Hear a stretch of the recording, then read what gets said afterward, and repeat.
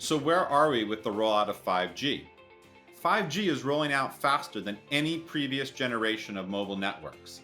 That's nearly 3 times faster than 4G, and it's projected to reach 1 billion global users in just 3.5 years. By the end of 2020, 5G had already been deployed in 45 countries, with plans for many more throughout 2021.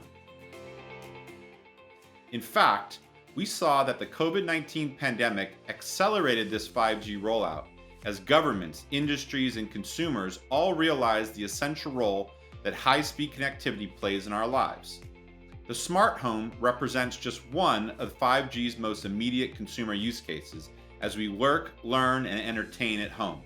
But 5G's highly responsive performance and incredible capacity truly expands what's possible with connected devices, and will play a critical role in driving a post-pandemic economic recovery as it is the enabling infrastructure for tomorrow's digital world.